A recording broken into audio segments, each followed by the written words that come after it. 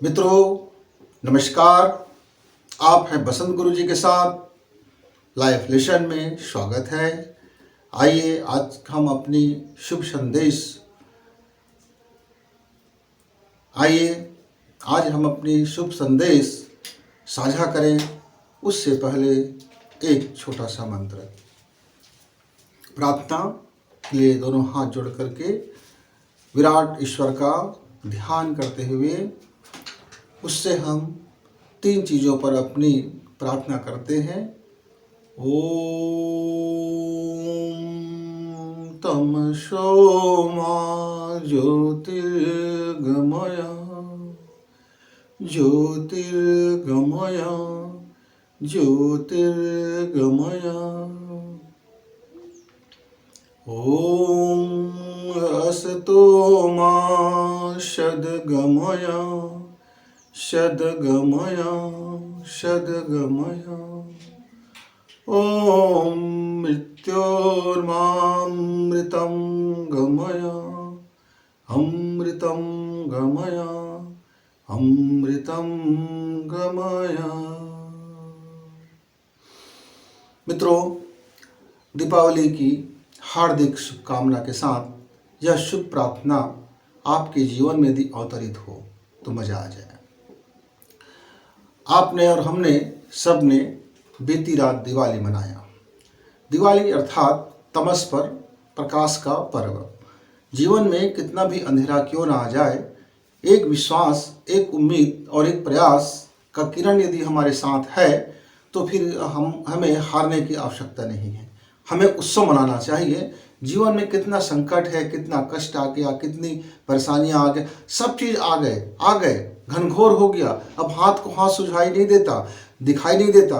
खूब अंधेरा घर आ गया है। जीवन में ऐसा अंधेरा आ गया है कि अब लगता है कि कोई रास्ता हमको दिखने वाला नहीं है। लेकिन मित्रों, यदि आपके जहन में, आपके जिगर में, आपके मस्तिष्क में और आपके हृदय में और आपकी भावना में और आपके मन में एक प्रकाश, एक विश्वास का प्रकाश, एक विराट के प्रति विश्वास, एक अपने प्रति विश्वास, अपने शुभ प्रार्थना पर विश्वास, शुभ जीवन पर विश्वास, यदि आप टिके हैं, आप आध्यात्मिक इस धुरी पर टिक गए हैं कि यह अंधेरा को हमारा एक नन्हा सा दीपक इससे हारेगा नहीं।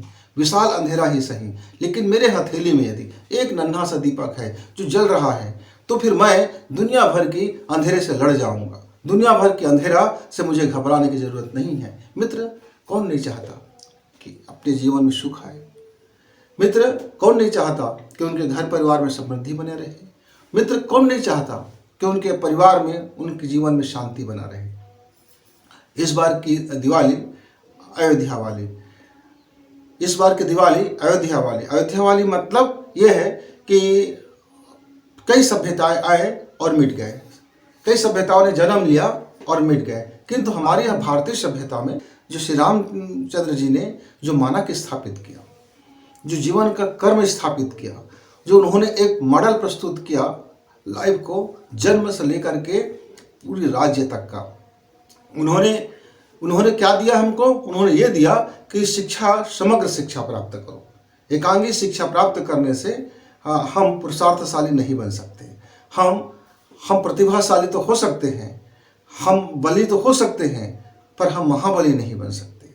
और पुरुषार्थशाली व्यक्ति वही, उसी के जीवन में शांति उतरता है, उसी के जीवन में धर्म उतरता है, वही न्याय करने में सक्षम होता है, वही अहिंसा में सक्षम होता है।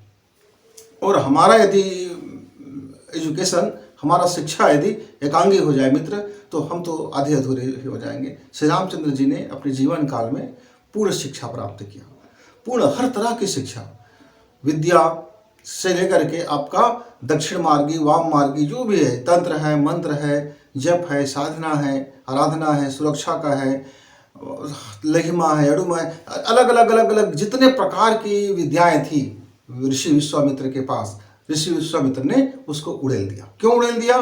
क्योंकि वो पात्र थे, उन्होंने अपनी पात्रता सिद्ध किया। जब अपना स्कूल गया, जब अपना आश्रम गया, जब अपना शिक्षा प्राप्त करने गया, तो गुरुकुल का भार अपने ऊपर ले लिया, सुरक्षा की जिम्मेदारी अपने ऊपर ले ली, खाद्यान्न की जिम्मेदारी अपने लिए ऊपर ले ली, सेवा की जिम्मेदारी अपने ऊपर ले लिया, वो निगरानी करते रहे, सजग रहे, सारे अपने गुरुओं के प्रति ख्याल रखा, श्रद्धा भाव से, समर्पण भाव से, बिना कुछ बोले, शांत चित्त से और मुस्कुराते हुए। कभी उनके जीवन में जितना भी कठिनाई क्यों ना आया हो, उन्होंने अपनी मुस्कुराहट नहीं छोड़ी। मित्रों, वो एक मर्यादा पुरुषोत्तम बने। मर्यादा मतलब हर चीज के लिए एक ऐसा उन्होंने सीमा रेखा बना दिया कि देखो कितनी कठिनाई के बावजूद, इतनी जरूरत था, उसके बावजूद उन्होंने अपने मित्रों की मदद किया। तो उनके जीवन काल को आप जब देखेंगे तो उनके जीवन काल में 3 चीज प्रमुखता से है। एक तो है सुख, वो हर परिस्थिति में अपने को सुखी रख लेते थे। जंगल में थे तो भी सुखी थे, आश्रम में थे तब भी सुखी थे, महल में थे तब भी सुखी थे। यानी एक सुख का भाव है। आपके पास क्या पदार्थ है, क्या सुविधाएं हैं, क्या मैटर है, क्या धन है, क्या संपत्ति है, ये सुख का पैमाना नहीं होता। ये उन्होंने हमें करके दिखाया, अपने जीवन में जी के दिखाया। वो जहाँ भी रहे सुखपूर्वक रहे, चाहे वो केवट से मित्रता हो, चाहे सबरी का जूठा बेर खाना हो, यानी कहाँ जहाँ भी जाते प्रेम, वात्सल्य, स्नेह, ममता, करुणा, दया, अहिंसा, शांति, समृद्धि, ये सब का सब उनके साथ चलता था, क्योंकि उसने अपने जीवन में वो अर्जित किया था। मित्रों, आप भी और हम भी अर्जित कर सकते हैं। हमारे पास जितनी विद्या की कला होगा, हम अपने जीवन को जिस फलक पर जिएंगे, हमारे जीवन का जो भी डायमेंशन होगा, उस डायमेंशन के अनुरूप हमको सुख मिलता है, समृद्धि मिलता है, शांति मिलता है। हर कोई चाहते हैं सुख, हर कोई चाहते हैं समृद्धि, हर कोई चाहते हैं शांति। लेकिन क्या आप इस दिशा में सामर्थ्यशाली हैं? क्या आप अपने को इतना सामर्थ्यशाली बना लिए हैं क्या? मानसिक रूप से, आध्यात्मिक रूप से, शारीरिक रूप से, विद्या के रूप से, समझ के रूप से, विचार के रूप से।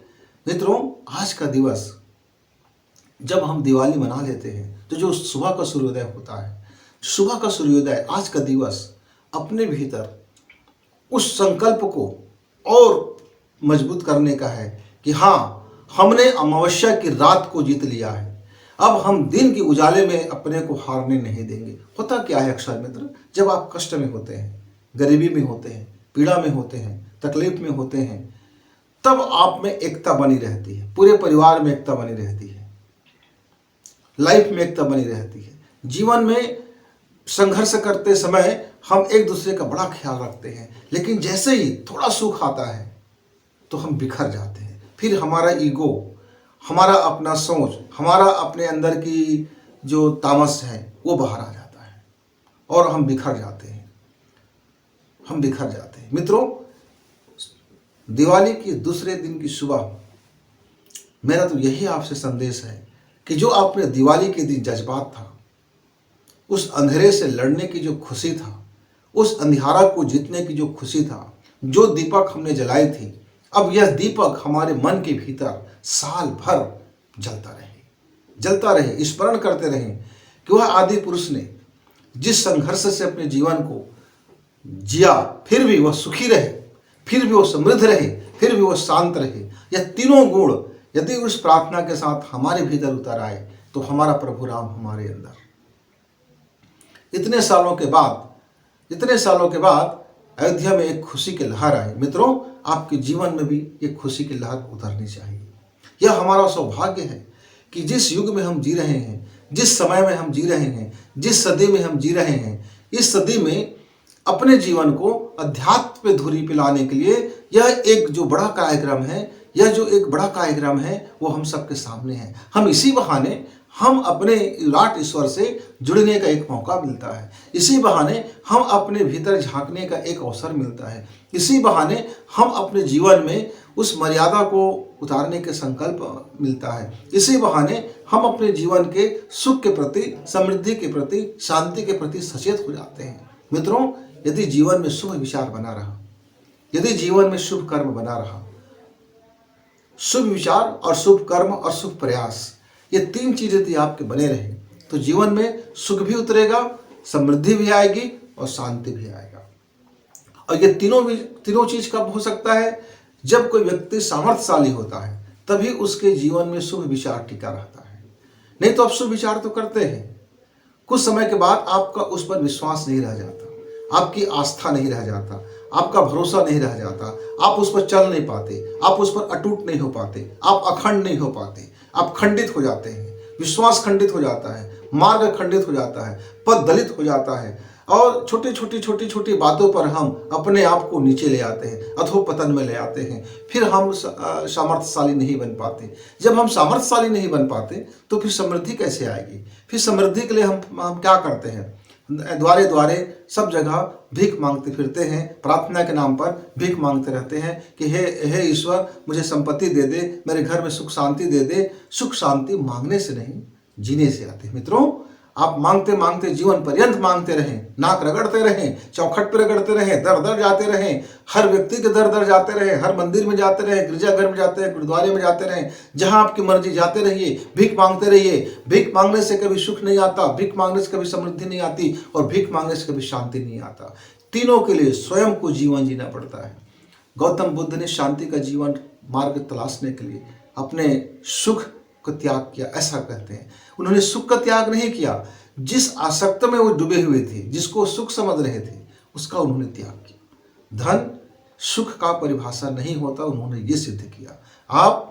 आपके लिए ये जो धन है, यदि यह सुख है तो फिर आपको दुख मिलेगा, क्योंकि धन का काम है, व्यापार है, वो मार्केट है, आता है जाता है, कम होता है ज़्यादा होता है, बढ़ती है घटती है, आपद आती है, आपदा आती है, विपत्ति आती है, क्रोध लाता है, कई तरह की चीज़ें लेकर के आते हैं। तो वो जब सारी चीज़ें लेके आएंगे उस धन के साथ, तो आपको मिलेगा वो, आप तो फ्री में मिलेगा, वो ऑफर में मिलता है। वो तो आपने धन की कामना किया तो धन के साथ जितने भी उनके और टूल्स हैं वो तो आपको ऑफर में ऐसे ही मिल जाएंगे, वो तो मिलना ही मिलना है। आप जब सुख की चाहत करते हैं तो सुख मतलब क्या है? बैठे ठाले आलसी हो जाना या चुपचाप बैठे रहना? नहीं, मैं अब हर चीज़ ऑर्डर करता रहूँ, चुपचाप, मुंह भी मुझे कुछ हिलाना ना पड़े, इशारा कर जाऊँ, हर चीज़ मिल जाए, ये सुख यदि आपकी भावना में है तो फिर आप पीड़ा से ग्रसित रहेंगे, आप दुख से हमेशा पीड़ित रहेंगे। जिस परिस्थिति में आप हैं उस परिस्थिति को समझना और समझ करके अपने जीवन में शांति को उतार लेना, मित्रों, ये सुख होता है। आप जिस कंडीशन में हैं, आप हो सकता है कि आप गरीब हो सकता है आप बहुत अमीर हो सकता है आप मध्यम व्यक्ति हो सकता है आज आपके पास लाखों अरबों रुपए हो सकता है कि किसी के पास एक फूटी कौड़ी ना हो, लेकिन जरूरी नहीं है कि जो इसके पास लाखों अरबों रुपए जिसके जेब में वो सुखी होगा। हो सकता है जिसके जेब में फूटी कौड़ी ना हो, वह अपने परिस्थिति से आज में वो संतुष्ट है, वो धन्यवाद दे रहा है ऊपर वाले को कि आपने मुझको जीवन दिया, आज खाने के लिए मुझको दे दिया, आज पहनने के लिए वस्त्र दे दिए, आज रहने के लिए मुझको छत दे दिए, आज मुझको जीने के लिए परिवार दे दिए। है प्रभु धन्यवाद। वो धन्यवाद भाव से जब भरते हैं, धन्यवाद भाव ही हमें सुखी बनाता है, धन्यवाद भाव हमें सुखी बनाता है और आभार भाव हमको समृद्ध लाता है। यदि हम अपने धन के प्रति आभार हो जाए, अपने परिवार के प्रति आभार हो जाए, अपने मित्रों के प्रति आभार हो जाए, अपने सहकर्मियों के प्रति आभार हो जाए, हम जहाँ जीते उनके प्रति यदि हम कृतज्ञता से भर जाए, उस विराट ईश्वर के आशीष को अनुभव करें और उनको आभार से हम भर जाएं। जैसे ही हम उनको आभार से भर जाते हैं, आभार आता है हमारे जीवन में, हम कृतज्ञ हो जाते हैं जीवन में। जब हम उसको धन्यवाद के अंदर से महसूस करने लगते हैं, तब मित्रों हमारे जीवन में समृद्धि आ जाती है। और यह समृद्धि जब आती है तो फिर शांति तो यूं ही आ ही जाते हैं। शांति के लिए आपको कोई प्रयास करने की जरूरत नहीं है। यूं जीवन जीने का एक कला है कि आप किस परिस्थिति में अशांत हैं, कब आप शांत हैं। शांत का मतलब चुपचाप मौन होकर के बैठ जाना नहीं है। शांत का मतलब विचार का तरंग का समाप्त हो जाना नहीं है। शांत का मतलब किसी प्रकार का हलचल करना नहीं है। मुर्दा सबसे ज़्यादा शांत होती है, लेकिन वो मुर्दा जिस्म है, उसमें कोई प्राण नहीं है। जो प्राणवान होगा वो सक्रिय होगा। सक्रिय होगा तो मन में कई तरह की बातें आएंगी, जीवन में कई तरह की बातें आएंगी, उतार आएगा, चढ़ाव आएगा, अमावस्या आएगी, पूर्णिमा आएगी, सुख मिलेंगे, खुशी मिलेंगे, दुख मिलेंगे, पीड़ा मिलेंगे, लाभ मिलेगा, हानि मिलेगा। ये सारे जीवन के जो भी इसके इर्द गिर्द जो टूल्स हैं वो सब हमारे जीवन में घटित होगा। इस सब को समझना सम्यक बोध से, सम्यक दृष्टि से, समत्व से और शुभ विचार रखना और इस सब में अपनी भूमिका को, जो आपको भूमिका मिला है, उसको निभाना। आप जैसे आप अपनी भूमिका निभाते हैं मित्र, तो शांति से भर जाते हैं, शांति से भर जाते हैं। आपके घर में बच्चे होंगे, आपका दिवाली का उत्सव आ गया, आप घर को जब सजाते हैं तो पूरा घर शांति से भर जाता है। जब आप प्रार्थना के लिए बैठते हैं तो आपका हृदय में यदि कोई मांग नहीं है, आप भीख में नहीं हो, तो पूरा शांति से भर जाता है। आप कोई बच्चा आता है, नन्हा पड़ोस का बच्चा आता है, आप उनको कुछ देते हो, वो बच्चा मुस्कुराता है, उसके मन से थैंक यू निकलता है, तो आप शांति से भर जाते हो। कोई व्यक्ति आता है, निर्बल है, असहाय है, भूखे हैं, प्यासे हैं, आप उनको 2 वक्त की रोटी खिला देते हो, आप शांति से भर जाते हो। मित्र, शांति जीवन जीने का एक पद्धति है, एक सिस्टम है। शांति ऐसा बैठ करके आंख बंद करने से नहीं मिलती। आप खोजते रहिए, खोजते रहिए, खोजते रहिए, खोजते रहिए। आपको शांति मिलेगी जीवन जीने की स्टाइल में, आपकी सोचने के तरीके में, आपका कर्म करने की तरीके में, आपका अपना किस तरह से आप अपने जीव सांसों को लेते हैं, छोड़ते हैं, क्या सोचते हैं, क्या विचार करते हैं, क्या ग्रहण करते हैं, क्या छोड़ते हैं, दूसरे के प्रति आपकी भावना क्या है, आपके प्रति भावना क्या है, इन समग्र चीज़ों से मिलकर के एक शांति का फूट आता है, एक शांति मिलती है। और यही तो और हर लोग शांति की परम खोज में लगे हैं। जंगल में बैठ कर शांति चाह रहे हैं, कोई किसी बंद कमरे में शांति चाह रहा है, कोई अरबों धन के ऊपर में बैठ के शांति चाह रहा है, कोई बड़े पद में बैठ के शांति चाह रहा है। मतलब चाह तो रहा है, पर उस शांति को समझ कोई नहीं रहा है। जो नहीं समझा वो चाहते रहे जीवन भर, आप चाहते रहेंगे, वो चाह लगा रहेगा, लेकिन अभी है शांति, इसी वक्त है शांति। शांति आपके जीवन में उतर आता है जब आप उसको अनुभव करते हो। और जब शांति अनुभव करते हैं मित्र, तो सुख तो उसके साथ साथ है, और जब सुख है साथ में तो समृद्धि भी साथ है, क्योंकि पुरुषार्थी व्यक्ति ही शांति को प्राप्त करता है, पुरुषार्थी व्यक्ति ही सुख को प्राप्त करता है, पुरुषार्थी व्यक्ति ही समृद्धि को प्राप्त करता है। समृद्धि माने क्या? आजकल हमारे मित्रों में जरा गलतफहमियां हो गया है। समृद्धि माने सोचते हैं कि उनके पास अरबों रुपए है, खरबों रुपए है। मित्रों, यह समृद्धि का एक अंग है, पैसा, मनी, धन। समृद्धि केवल इससे नहीं बनता, धन उसका एक पार्ट्स है।